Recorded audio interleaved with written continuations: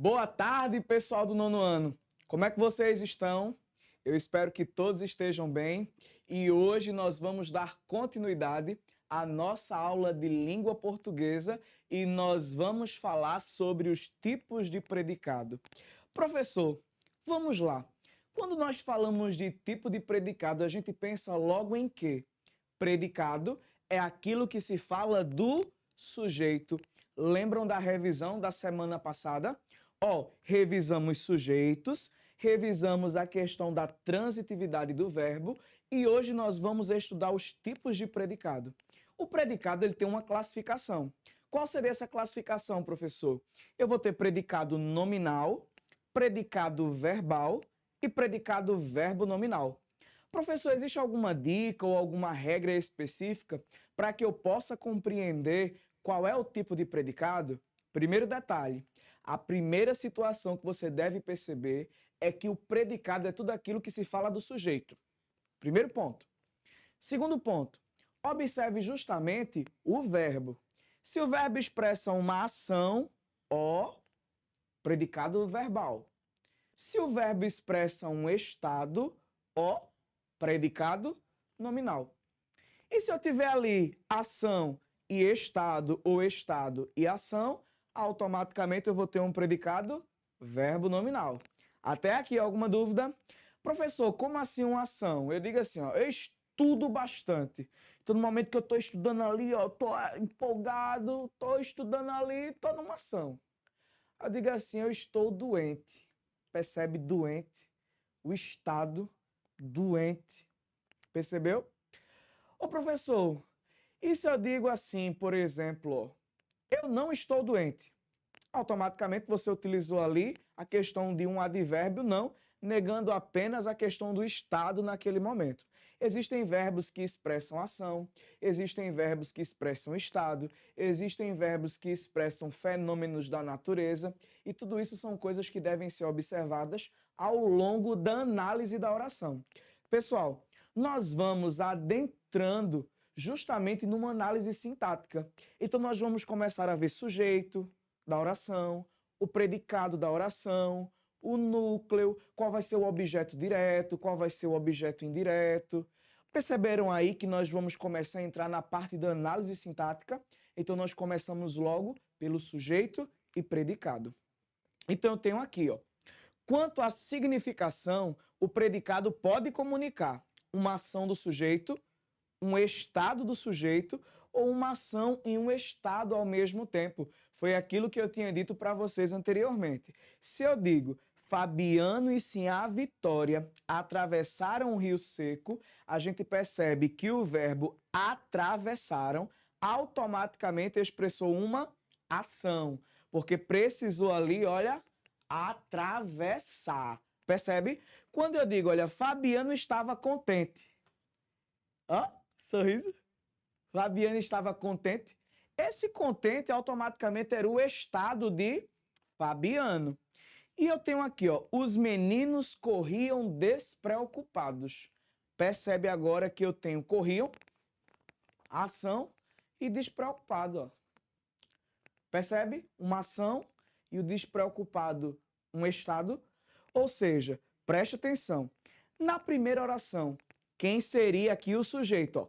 Fabiano e Sinhá Vitória, sujeito. Na segunda, Fabiano estava contente, Fabiano. E aqui, os meninos corriam despreocupados, os meninos. Então a gente conclui que sujeito é de quem se fala. E predicado é o que se fala do sujeito. Todo mundo compreendeu isso aí? Fácil, né? Português é muito lindo.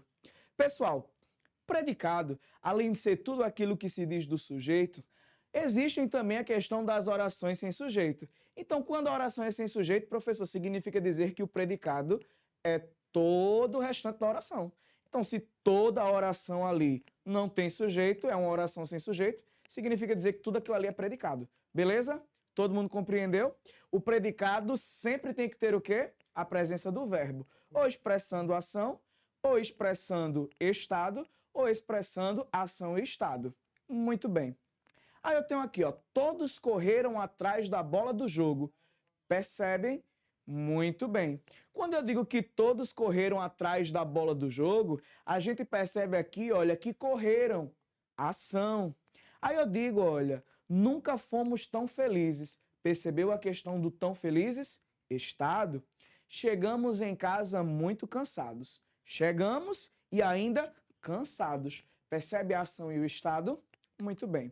E agora, pessoal, vamos responder aqui essas questõezinhas aqui para ver se vocês de fato conseguiram compreender o nosso conteúdo. Nós temos aqui, olha, uma tirinha bem simples, onde nós temos aí, ó, alguns personagens. E eu quero que vocês se atentem aí justamente à fala desses personagens. Veja meu estilo. Olha o estilo ali do cara. Perceberam? Oi, beleza. Você vem sempre aqui? Veja. Elas não resistem à minha cantada. Pessoal, observem o seguinte diante da questão. Na fala, elas não resistem à minha cantada. A palavra destacada tem sentido de. Observem, eu estou falando de quem? Eu estou falando elas. Automaticamente vai ter função de sujeito, porque sujeito é de quem se fala. Algo muito importante que a gente deve perceber também é justamente o seguinte: esse elas é que tipo de sujeito? Muitas pessoas podem achar que elas é um sujeito composto, porque está falando de mais de uma pessoa. Pode ser Joana, Maria, Josefa, percebem? Só que esse elas está acoplado em uma palavra só. Então eu só tenho um núcleo. Se eu só tenho um núcleo, isso significa dizer que o meu sujeito é um sujeito simples, tá certo? Agora, se fosse eu e ela, automaticamente eu teria eu e ela, duas palavras ali, formando justamente o sujeito. Aí poderia ser um sujeito composto, uma única palavra, um único núcleo, sujeito simples. Ainda nessa questão, quando eu digo não resistem à minha cantada, percebam que não resistem à minha cantada seria o predicado. Pessoal, predicado. Por que predicado? Porque predicado é tudo aquilo que se diz do sujeito. Percebam que nós estamos fazendo uma análise sintática. Professor, existem quantos tipos de análise? Eu posso falar que existe análise sintática e análise morfológica a princípio, para que a gente possa compreender a diferença pelo menos dessas duas. A análise morfológica, a gente vai tirar justamente essas palavras daqui e dizer quais seriam as classes gramaticais que elas pertencem. Então, eu poderia dizer a você, olha, elas é um pronome, não é um advérbio de negação, resistem é verbo. Percebem que existem duas maneiras de você poder fazer análise. É por isso que a gente chama de análise sintática e análise morfológica. Prestem atenção e se liguem aí.